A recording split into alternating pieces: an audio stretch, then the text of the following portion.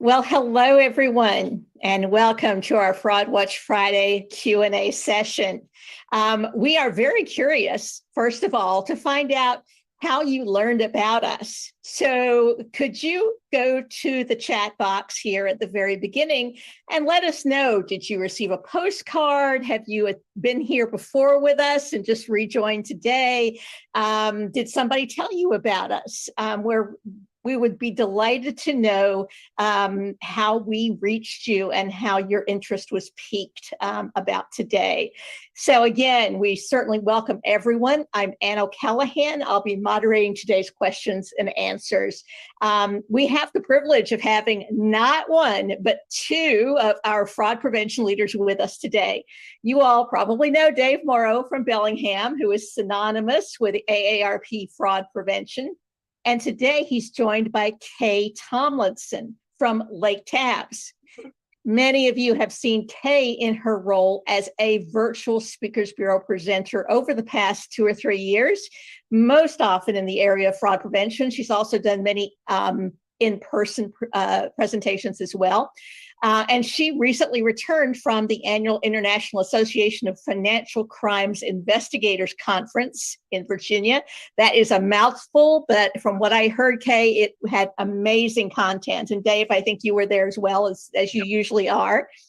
Also, Kay has an extensive financial services background that's come in handy since we often discuss how to keep our money safe. So we are very fortunate to have both of them here with us today. And you'll be seeing more of Kay in our future Fraud Watch Friday Q&As in 2023 as Dave steps back from the regular spotlight to spend more time with his grandchildren in Alabama. What an excuse, Dave. I mean, come on, grandchildren versus us. Yeah, well, sorry, sacrifices have to be made. That's right. But of course, we are devastated, but we are hoping to catch you from time to time. So, and to all of you out there, this is your show. You ask the questions, Dave and Kay will tackle them. And the more questions you ask, the more robust this discussion will be. And we're very flexible. When you have a question, or even if you just have a topic comes to mind and the question isn't fully formed in your mind, just use the chat box, type in the thought or the question, or raise your hand, or heck, just shout it out, and we'll be absolutely delighted to tackle it. So as we get started, did any of you actually come today with some questions already in your brain that you would like to tackle? If so, just give me an indication in the chat box and I'll be sure to take a look at it. I've got it up right here, so I'll do my best to keep up with it. So just a quick indicator if you have a question right now. And if not, here, let me, we have a couple of topics that have come up in the last week or so that we could share with you while you're thinking up those questions. Now, Dave, last month we talked about holiday scams, but it's a topic that bears repeating. There's still a week for those of us who are those last minute Christmas shoppers. Has there been any new news, or do you want to tell us again some of those helpful hints about avoiding holiday scams? Sure. These are kind of perennial problems that we have, especially around the holidays, Thanksgiving, Christmas, those kind of things. Obviously, there's always online shopping scams, right? They're always the big one we worry about in this time of year. Fake websites, things that where some of the ways you can see that if the URL on the browser bar is gibberish, or one that looks very, very close to the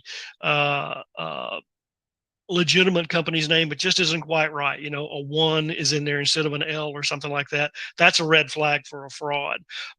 If the sites have photos that don't match the item that you're looking for, or don't match the text, or the photos are blurred, then that's a red flag too.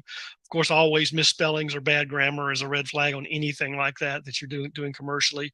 And then one of the good tricks you can do is go to your search engine, whether it's Google or Google Chrome or Edge or whatever, and type in the name of the product or the name of the company followed by the word scam or fraud after the site name, and then do a search on that, and then you'll get all these reviews. And if it's, there's quite a few sites on the web that will review fraudulent sites and point out, scam busters is one, others are out there.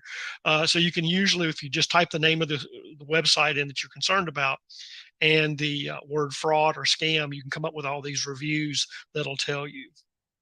And speaking of reviews, one of the other things that we've noticed over the years is that fraudsters sometimes will know the power of reviews. So if you have like a review in Amazon or a review online of anything that somebody types in, they've loaded these things up often with phony reviews. Fake companies will load these things up saying how great things are, and then when you get it, it's not great at all. So look for multiple reviews that are dated on the same day or really close together, like a 1 week span or 2 or 3 days. Reviews that sound just way too excessive. They just sound like that, these guys can do everything from curing world hunger to whatever, and reviews that sound alike. They use the same language or nearly the same language. The phrasing is the same, the writing is the same. Then that's a good clue that and my own personal one, the fourth one is that look for ones that are not all that enthusiastic about it, because every product, no matter what, if it's legitimate, is going to have somebody that doesn't like it. Somebody's going to complain. There are people that just complain to complain. I'm convinced. And so, if you get a site that everybody says this is the greatest thing since the invention of the wheel, then it's probably not a legitimate thing. If somebody says, I got it and it wasn't all that great. Above and beyond that, delivery scams, a big problem during COVID, continues to be a big problem. AARP did a survey that showed that over a third of the people who responded said they've had some sort of delivery scam, whether it's some scammer sending out an email saying that your thing's on the way, and you go on there and you never ordered it, so you go on there to cancel it, and then you get entrapped by the scammer, or that you missed a delivery. Send us an email, call this number, whatever, because you missed this delivery. What you need to look for there is basically, if you didn't send for it, if you don't remember ordering it, or if you never do business. I mean, I got a text from Walmart this last week 3 times telling me my delivery is on the way. I never should go to Walmart here in Bellingham. I just don't. And so, I know I didn't buy anything, and I know my wife didn't buy anything either. So clearly that's not something that that I consider to be legitimate. And finally, the ones that we always think about is charity scams, right? They're the most common holiday con is a donation request for some charity that is dubious at best, or just basically non-existent. And there's ways to recognize charities. The Secretary of State's office has a registration for charity. There's Charity Navigator, and a couple of other websites that give you grading or ratings of charities. So use those things and do some due diligence. That's great. Thank you so much. We really appreciate it, Dave. Kay, do you have anything you wanted to add to that, or you did pretty well covered? Well, I'm a pretty avid online shopper, and I would just, I always kid that the Amazon drivers know the way to my house without using GPS. I don't know if that's true or not, but I would really encourage folks to make sure that you're going to websites online that you've been to, that don't respond to pop-up ads. Where you click and go to a website where, oh, wow, those shoes look really interesting. I think I'd like to look at those. Yeah, especially since they're $2. Well, yeah. It's fantastic, right? And so, or on social media, if you're on Facebook or whatever, and something looks quite interesting, open a new tab, go to a site, follow Dave's advice to do a search scam on the product or the website. But many times you're going to find things that are advertised that are legitimate on social media on the sites that you frequent. So go to sites that you trust and know, and avoid those pop-ups. Okay, terrific. And guys, we already have 3 questions in the chat box, so I'm going to go right over there. We have 2 folks who asked related questions. So if Bob and Anita will allow me, I'm going to kind of combine them here. First of all, how do I report spam or fake text messages that I've been besieged with lately? And then Bob's question was, does anything happen with the email or whatever that I report as spam? So who wants to take that one? Well, I can mention in terms of what happens to your email that you report as spam. So, if you get something from Apple or from Amazon, for that matter, or any company that looks pretty legitimate, but you're not quite sure, that little voice in the back of your head is starting to talk to you.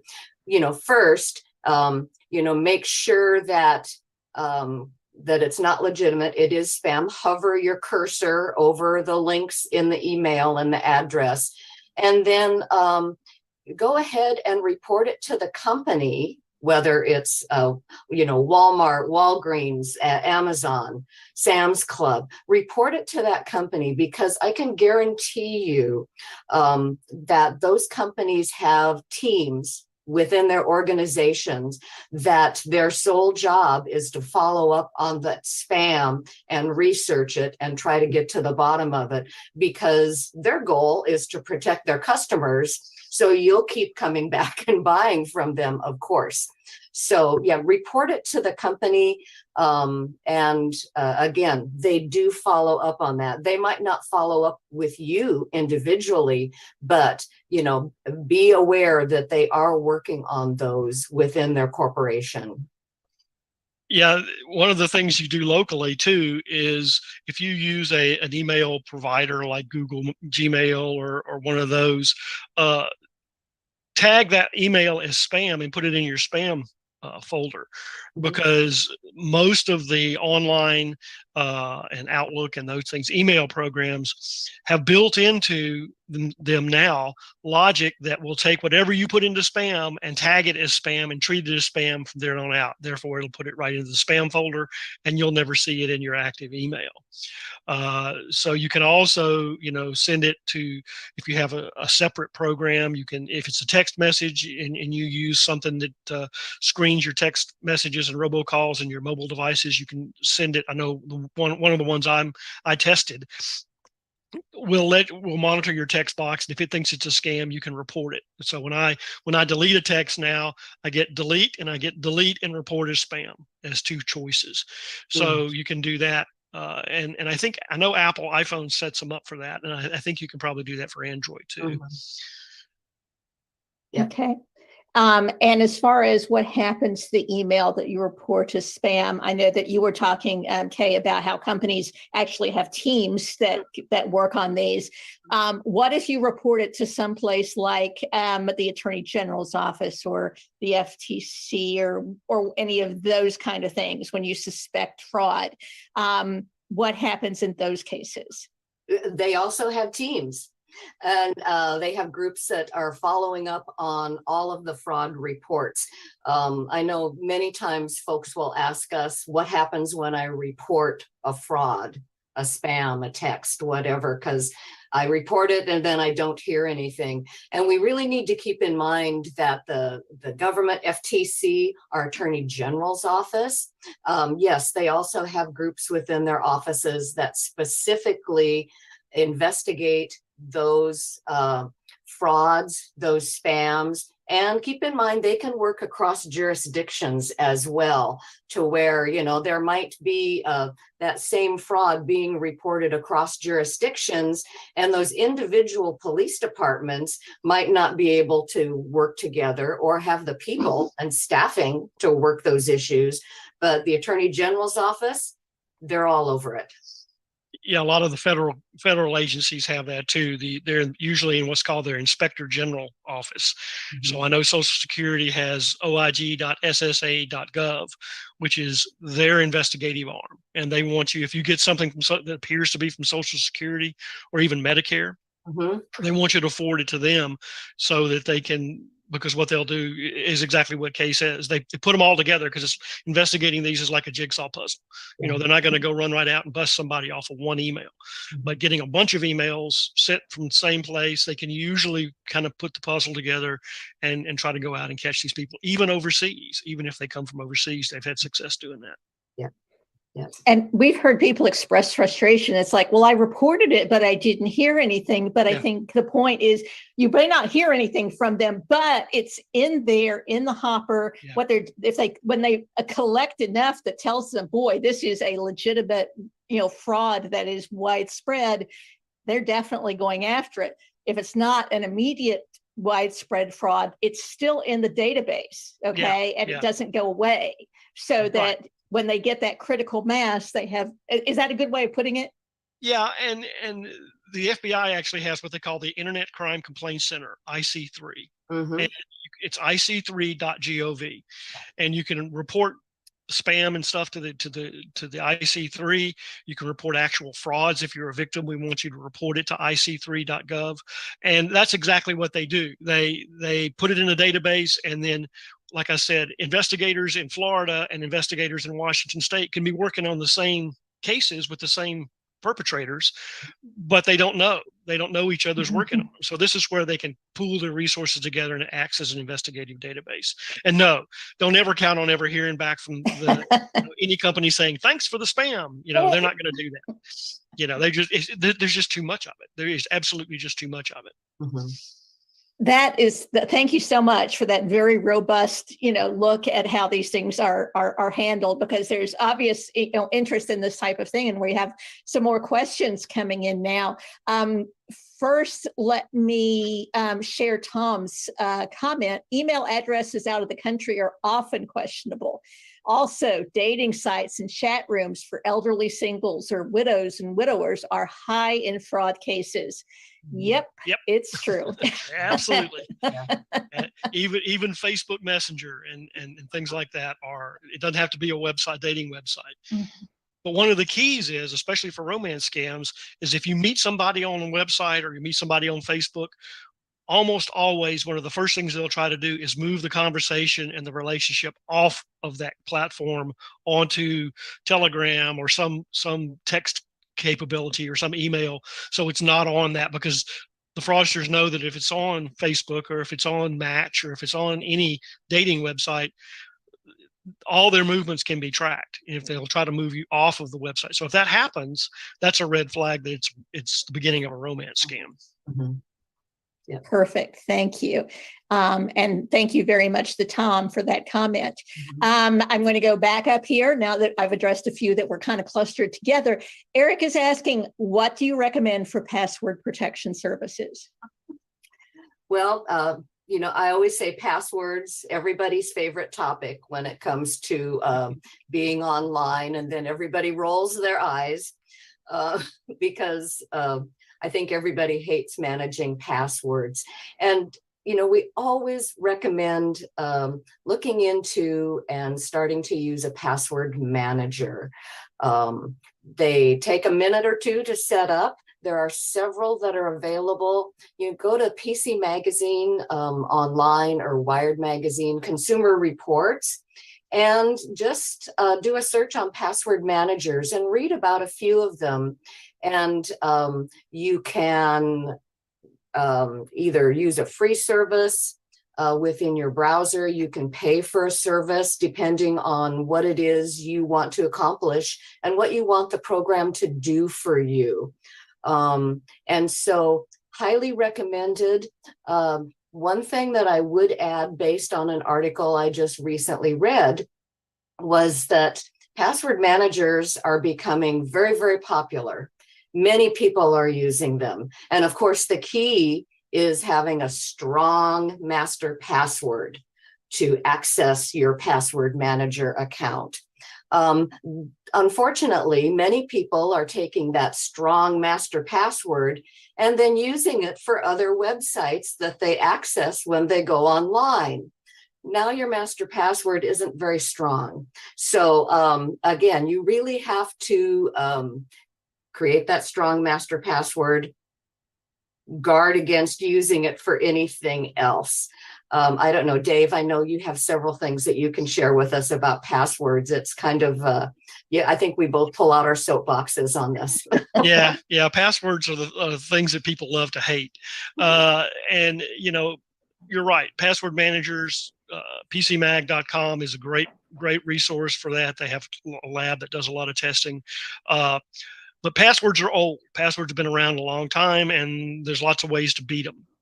So in addition to passwords, what the cybersecurity community has come up with is what we call two-factor authentication or multi-factor authentication. And that's where you use your password, but you augment its strength by giving them your phone number when you sign up with a mobile device, and they'll send you a 4-digit number and you put it in after your password, or you use your fingerprint, or you use not retinal scan, but facial scanning, some sort of biometric, anything to augment that. And a lot of websites, a lot of applications on the internet are offering two-factor authentication.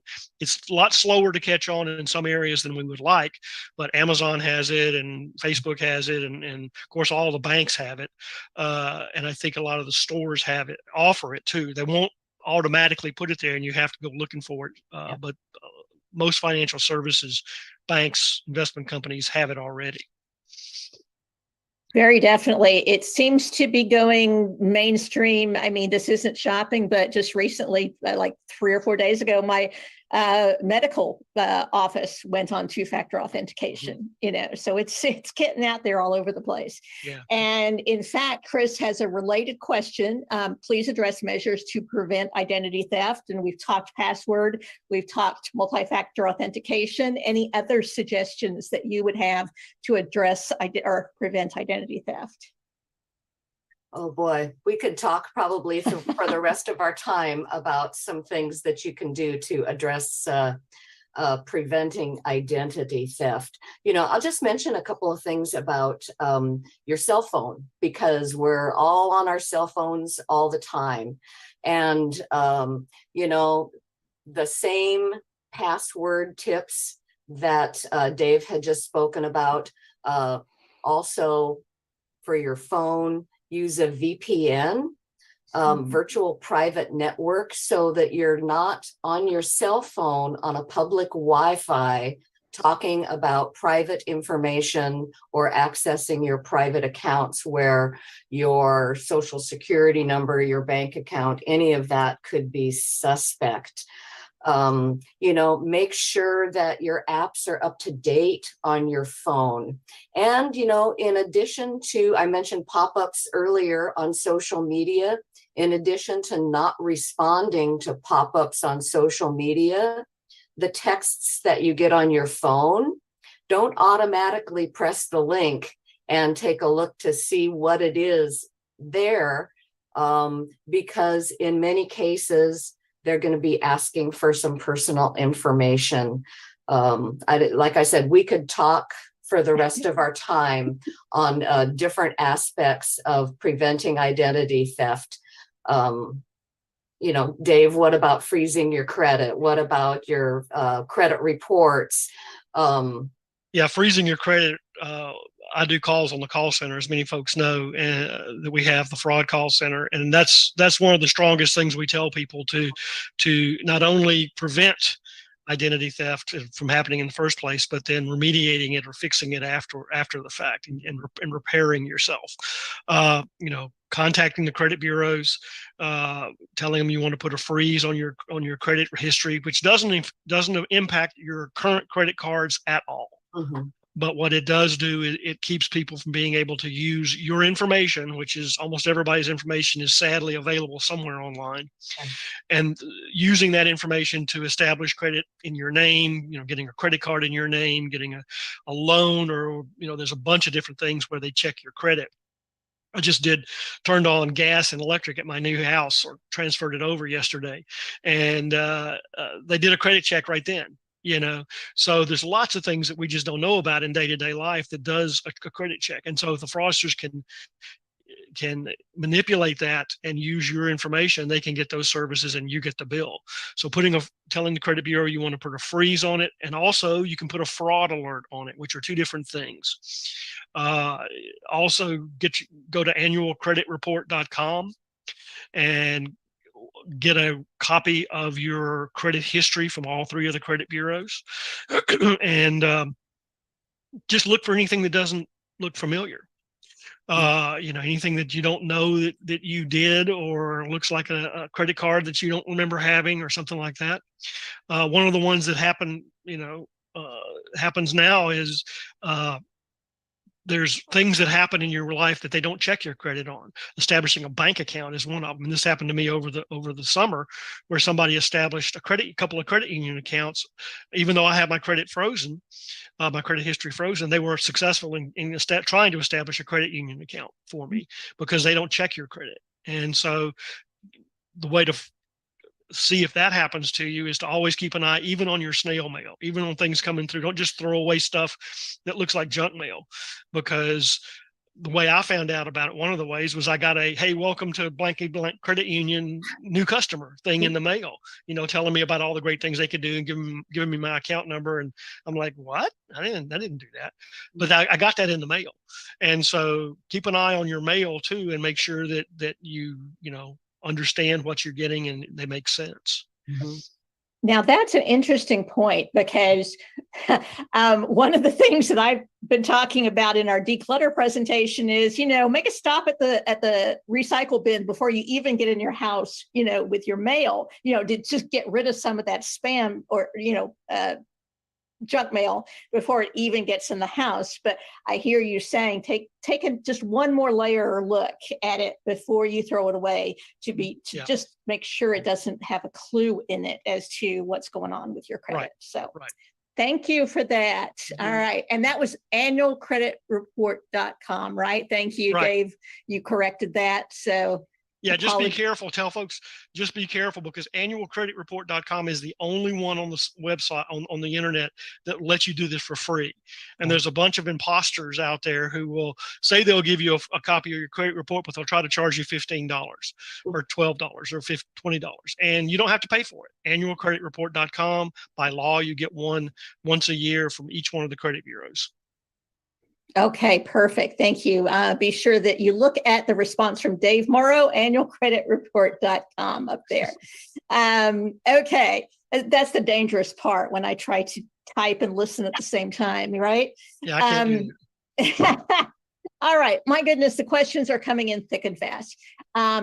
Eric asks, Malwarebytes reports that my email was compromised. Now what do I do? Well, Kay, you want me to try? Give it a shot? Sure. I guess my initial question would be, did Malwarebytes say how it was compromised? Yeah, there's a couple of services out there. One run by a guy named Troy Hunter, called Have I Been Pawned? PAWND or PWND, and basically he collects all the email addresses and information of data breaches and that are posted by hackers and try to sell to each other and stuff, and puts it in a big database, and it's free to go search. And so that's where they get a lot of those things. Malwarebytes does their own thing and usually it comes from your email address appearing in lists that are sold to scammers, or your personal information, user ID and password appearing in something that a hacker has posted on the dark web. Mm-hmm. Sadly, because it's already out there, there's not a whole lot you can do about it, except go in and change all your passwords on all your accounts that were associated with that email address, and pay particular attention to spam, your spam filters and the email that comes to that address, because that's going to be your first indicator that there's something wrong, is that you start getting a lot more spam. Now, the reason we tell you to change your passwords is, as we all know, many companies use, or many websites use, your email address as your user ID. And so all they have to do now that they've got the email address, is try to guess the password. So changing the password is just another element, another layer of protection. But you can't, I mean, once it's out there, it's out there. It's not going to go away. And everybody's email address is on the internet. It's just a matter of where it is. And Dave, would you put that, the website, Have I Been Pawned, you said? Would you put that in the chat so folks can have that? Yeah, I'll have to, you go ahead and talk, and let me look for it. Okay. I'll do something I don't want anybody else to do, and that's play with their phone. Let me look and see. Well, okay, no problem. Well, and it's, yeah, when I had said that, I would be interested to know how it was compromised. I've gotten spam emails into my email address where it says it's from a friend. And, would you take a look at this? I think it is a pretty popular email that people get when a friend's email has been compromised. But, I would maybe think about, should I reach out to my friends to say, I've been compromised. So if you receive suspicious email messages from me, be aware that my email has been compromised. And again, should you stop using that email address and set up another one? I'd probably think about that too. Although when I think in terms of what that would entail, like you said, Dave, all of those websites have that as my user ID. It's kind of daunting to think of going to another email address. So that might be the last resort. I would take these other steps. And Dave, I see that you've put this in the chat for people, haveibeenpawned.com. I have a feeling everyone's going to go to that website and check it out after we're done. It's pretty interesting. It's pretty interesting. But yeah, when you talk about using that, your email address and somebody taking over your account, we actually have a name for that. It's called account takeover, easily enough. And account takeover is basically almost always brought on by a weak password. That's universally, I can probably count on the fingers of two hands the amount of time, other ways to get that are commonly used to break into your account or take it over. Almost always it's because you're using, my good old phrase, a stupid password. So, that goes back to, you're responsible for the security of your account just as much as your email provider is. So having a good, strong password on there is your best insurance to keep that from happening on anything, social media accounts, email accounts, all of those things. That's your best line of defense. First way is to have a really strong password. Okay, great. Again, great, robust answers to the questions, because there are so many ways in which we need to be vigilant when it comes to protecting our identity. And let's see, I know I have a question here from Chris. And I had to look this one up. How helpful are organizations like Aura, AURA, that provides technical support and other things? So tell us about that one. That was me looking them up too, because I've never heard of them before. I haven't either. Thank God I'm in good company. so I don't know that particular company. There are a lot of companies out there that will provide you monitoring, the credit monitoring, and they also include other types of monitoring for your email accounts and things like that. I know a couple of the credit bureaus have a monitoring service that they have, and that brings up a good point. Everybody gets data breach letters, and the standard de facto thing that you offer for years now has been free credit monitoring for a year or two or whatever. Always sign up for that. Doesn't matter if you've already got it. Always sign up for that. I've done that because I used to issue those letters when I was the head of security for a couple of companies, and companies will pay for that. I mean, that's just one of the costs of doing business when you have a data breach. But I always sign up for it because I can have multiple folks looking at my credit to protect me, more or less. And if it goes just for a year, then there's always one following it. So I always have somebody looking at my credit, and that's how one of the ways I kind of after the fact discovered that issue this last summer is one of them said, "Hey, did you know that this credit union account's been established in your name. Did you do this? And that was one of those free accounts that I signed up for from the Equifax data breach years ago. So if you haven't done that, every time you get one, just make it a practice. When you get that letter saying, gee, we're awfully sorry we lost your information, here, have some credit monitoring, go sign up for it, because it's free and it's free protection.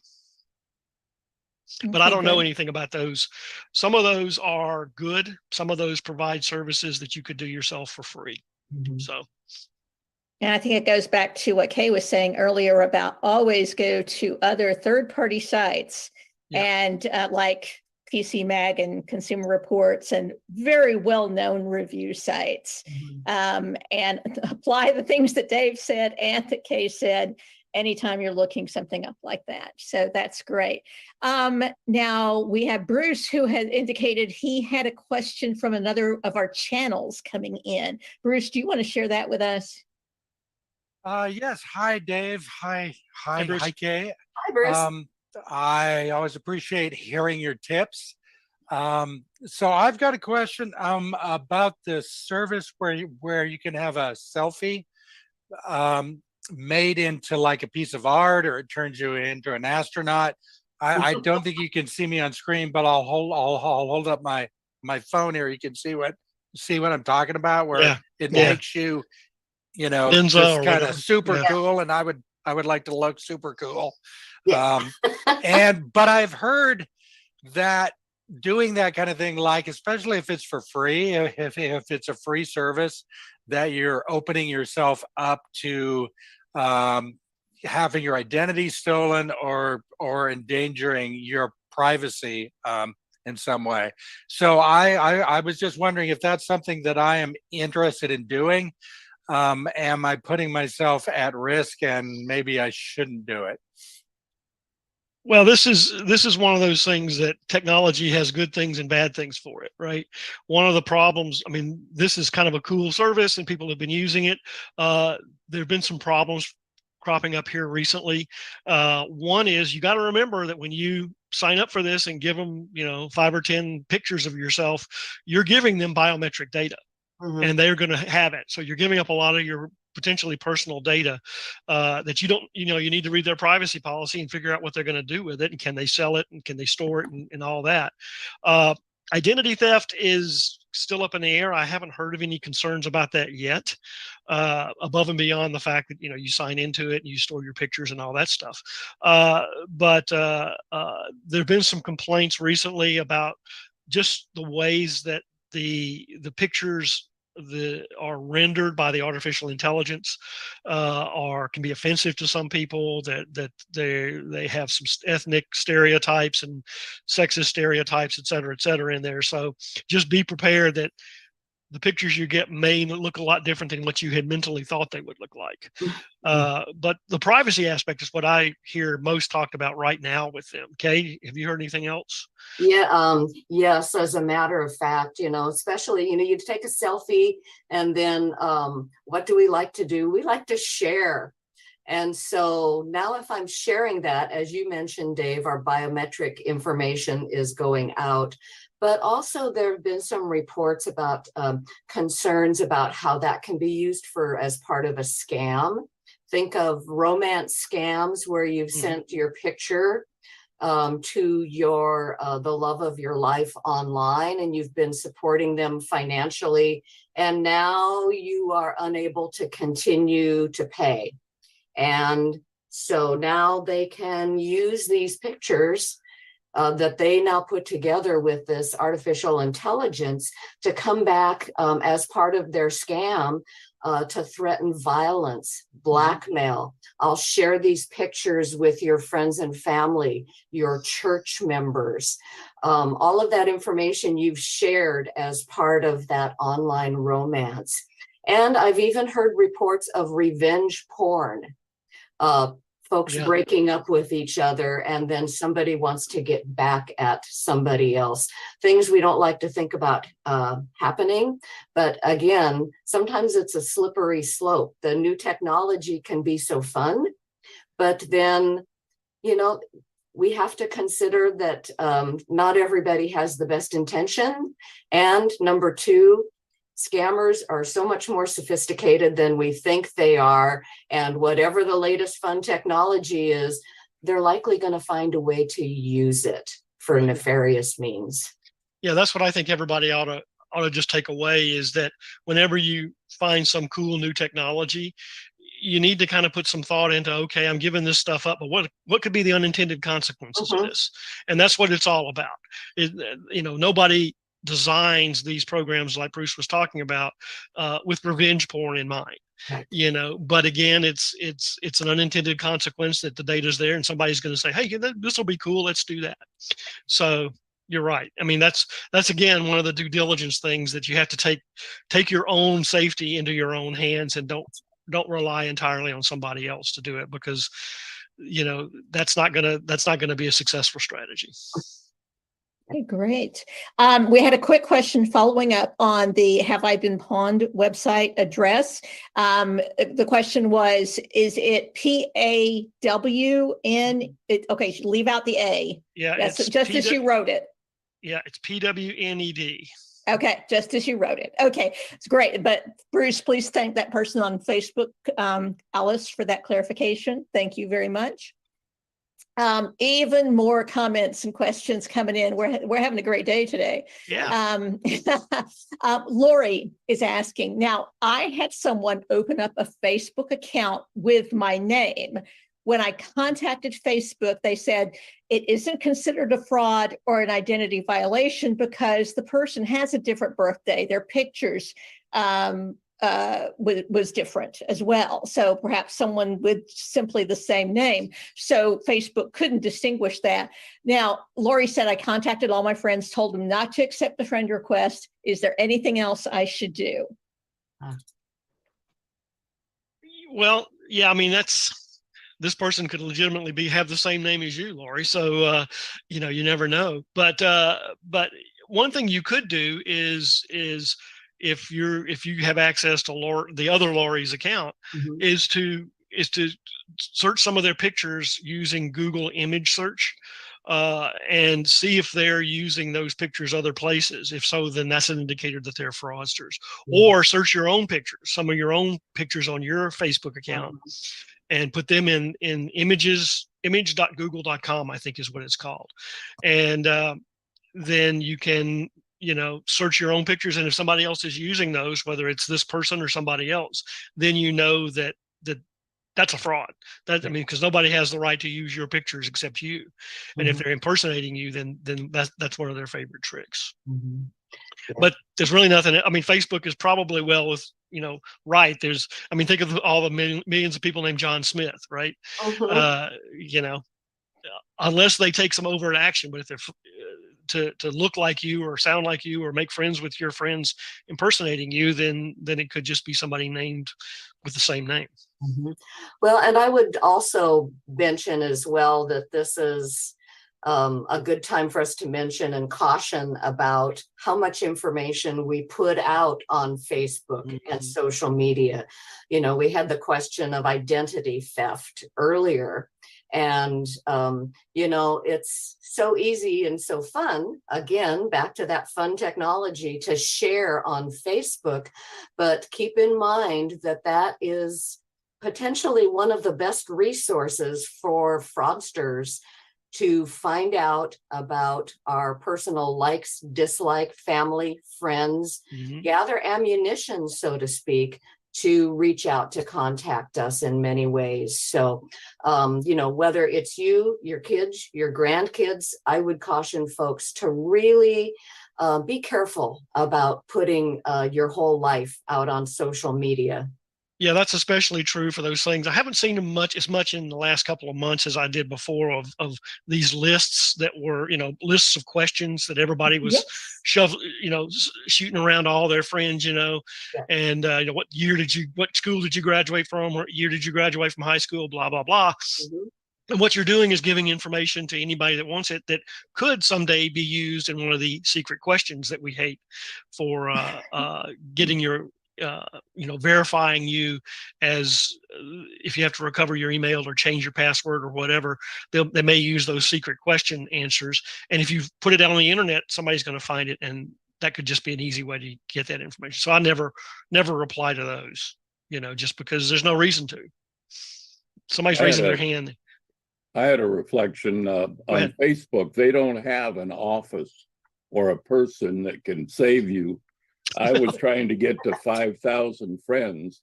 Then they authenticate you and you can be a politician or religious. And guess what? I got like up to 4,700 and someone took over my page and they can't fix it. So I had to go in and eliminate 3,700 people. That takes months. Yeah. And so I recommend if you have 80, my wife has 80 folks, 87, and my friends, I'm down to less than 1,000. Don't go for likes like the youngsters. Just know who your friends are. Yeah. And they have no office. I mean, they have a corporate office, but no one can help you. Yeah. And they make you prove. Then I had to beg them to take me back because I could be the fake Tom Fairchild. So that's one of the big frustrations for all the social media and a lot of other companies is that they're doing away with phone numbers and live customer service people. They want you to text them or use one of those little wonderful bots that I just can't stand. Sorry. I don't have a whole lot of patience for any of those. I get my fuse is about that long when I get involved in those because I just want to answer my darn question. Don't try to guess what I'm saying. Yeah. So anyway, you're right, Tom. You're right. But in fact, there was an article in Wall Street Journal during this past week about how companies are doing away with live customer service people. Mm-hmm. And Tom was talking about the call centers out of country in Thailand and in the Philippines.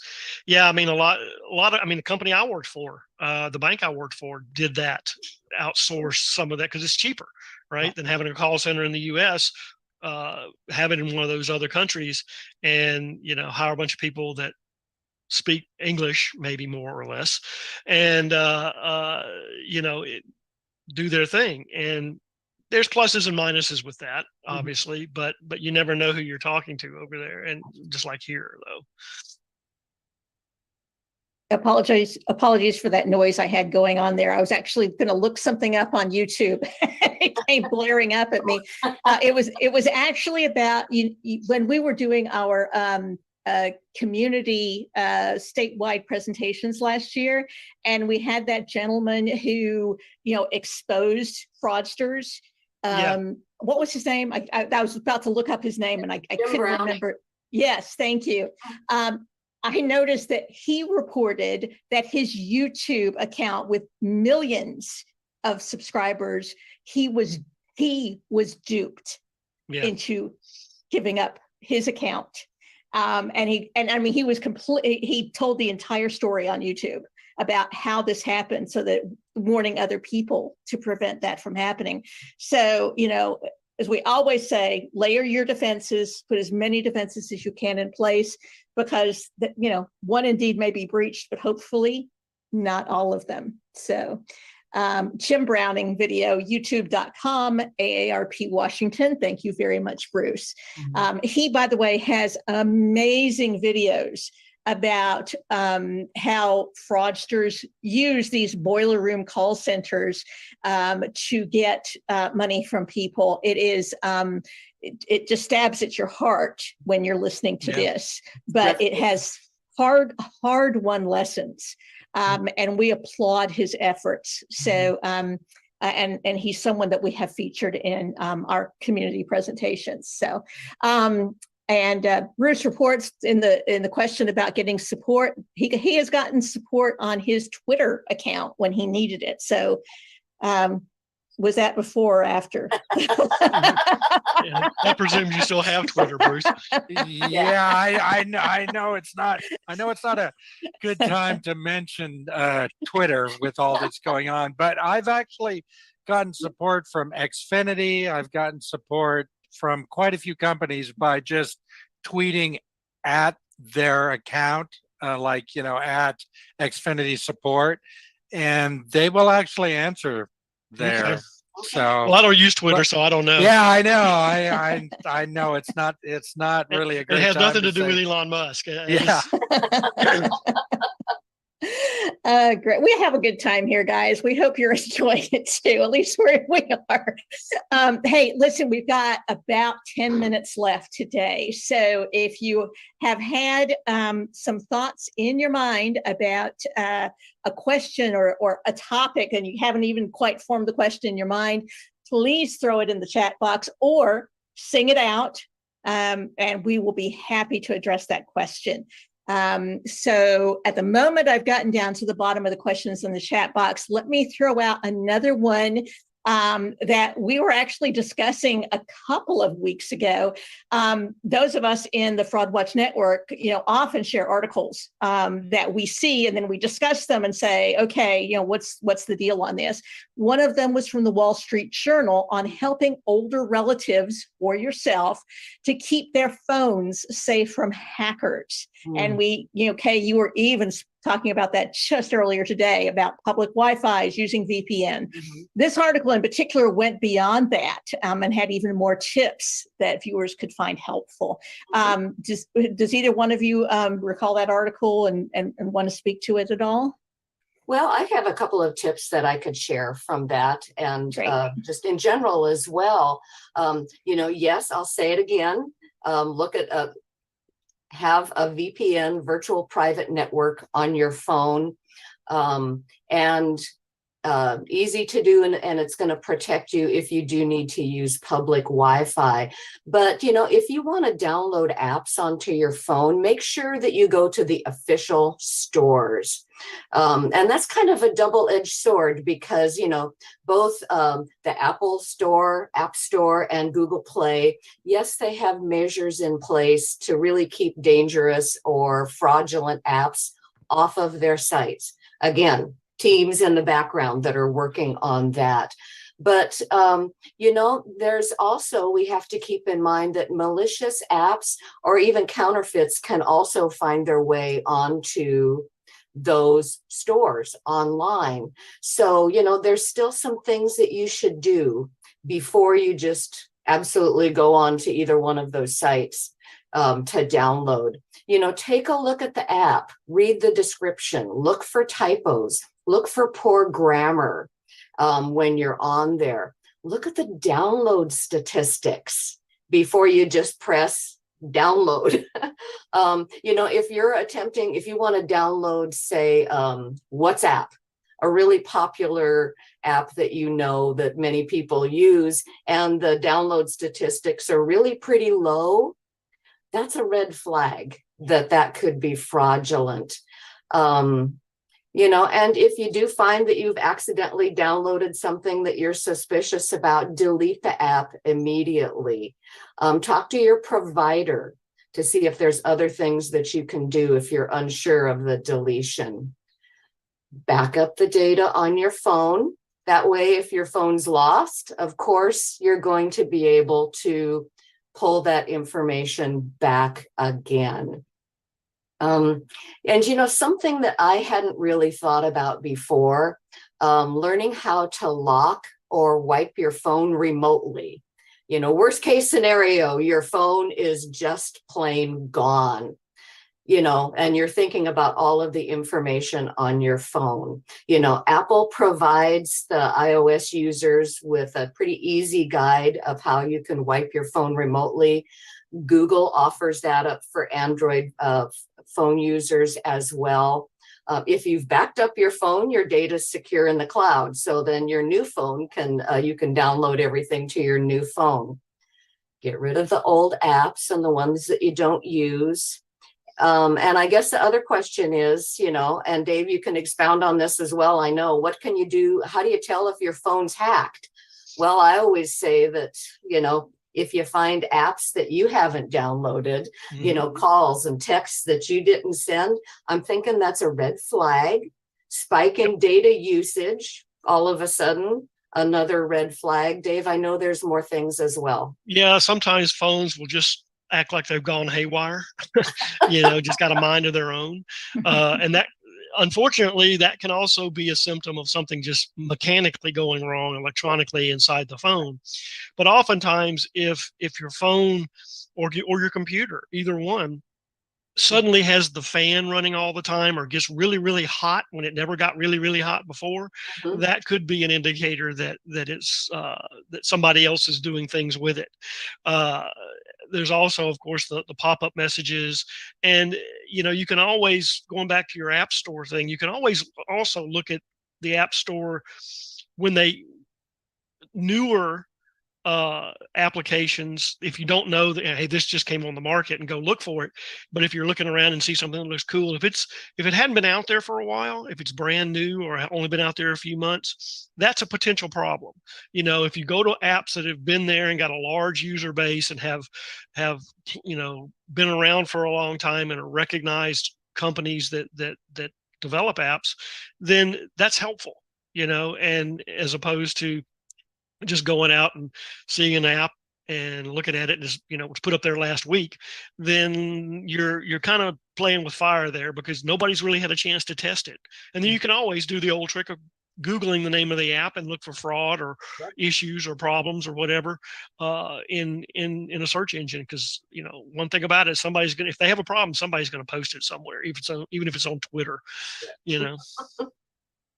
Absolutely. Absolutely. So coming up on our last couple of minutes, I'm not seeing any additional questions in the chat box. Let me throw one more out there that someone discovered this week, PC Magazine article about a new twist on gift card scams. I have to say, I was actually in the grocery store yesterday or the day before, and I saw someone asking, for some help on that rack that has all the gift cards. And I just wanted to go over there and snatch it out of their hand and say, look at the barcode. So tell us a little bit about this latest twist about barcode stickers. Well, there's one of the things that, we always said that scammers are endlessly inventive. And one of the scams that or twists that has shown up recently, and it's been around for a while, it's just not been all that popular, is they would, most or many stores have racks of gift cards, and they're all branded, Walmart or Lowe's or whatever. And you just go pick it up off the rack, take it to the checkout and put your, and they activate it and put your money on it. Mm-hmm. Well, what they're doing is taking pre-made stickers that they'll stick over the barcode on there, and so it is there. When it's and they'll put it on when it's on the rack. They'll put the stickers on the back, covering up the legitimate barcode.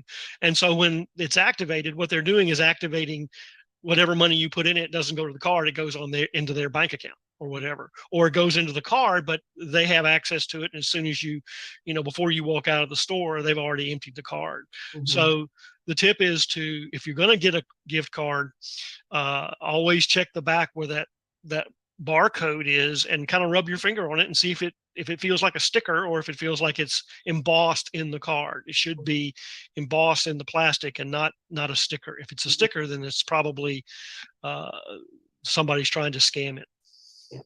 Okay, great. And we have one last question. This one came from Alice on Facebook. Is there a way to know if our phone number is being used by hackers? I get spam calls all the time from numbers in Bellevue, Renton, etc., and I never answer, and I do block them. So is that them potentially using someone's phone number, or is it an available phone number out there somewhere? Yes. That's what I was going to say. The answer is yes. Yeah, both. But does it mean you're hacked is the other question? No, not usually. No, yeah. I mean, some of the robocallers can basically generate phone numbers randomly and stick them in there, because that caller ID number is scandalously easy to manipulate. Mm-hmm. And so you can put any number you want to in there that'll show up as the caller ID. And so a lot of times the scammers will use what we call neighborhood spoofing to put it in your area code. So if you have, I don't know, up here we're 360, they know that if a call comes in that's from a number you don't know, but it's from 360 up here, in your area code, that you probably are more likely to pick it up. because you think it might be your dentist or your doctor or one of your friends that you just don't recognize their number. So they can manipulate that caller ID any way they want to. So that's probably either just a random chance thing, or they've, or that's just a number they stuck in there. It doesn't necessarily mean you're hacked at all. Now, if you see outgoing calls on your call log on your phone, that's an indicator there's a problem. Yeah. Good point. Thank you for pointing that out. And we just want to thank all of you guys for joining us today, for your questions, your comments. And if you have any suggestions for us in future as we move forward with more of these Fraud Watch Fridays, don't hesitate to put your thoughts in the chat box now. And we will be sure and capture them before we leave the Zoom conversation. We'll look forward to seeing you guys back and any of your friends that you invite on January 20th, 2023. And we will look forward to seeing you then. And Dave, again, many, many, many thanks for being such. I love it. I love doing this. I'm very passionate about this. So I'm just honored that I can help folks. Well, we'll be doing our best to grab you in the future to bring you back to us. So very best wishes and thank you. And to all of you guys, happy holidays. Happy holidays. Bye-bye. Bye.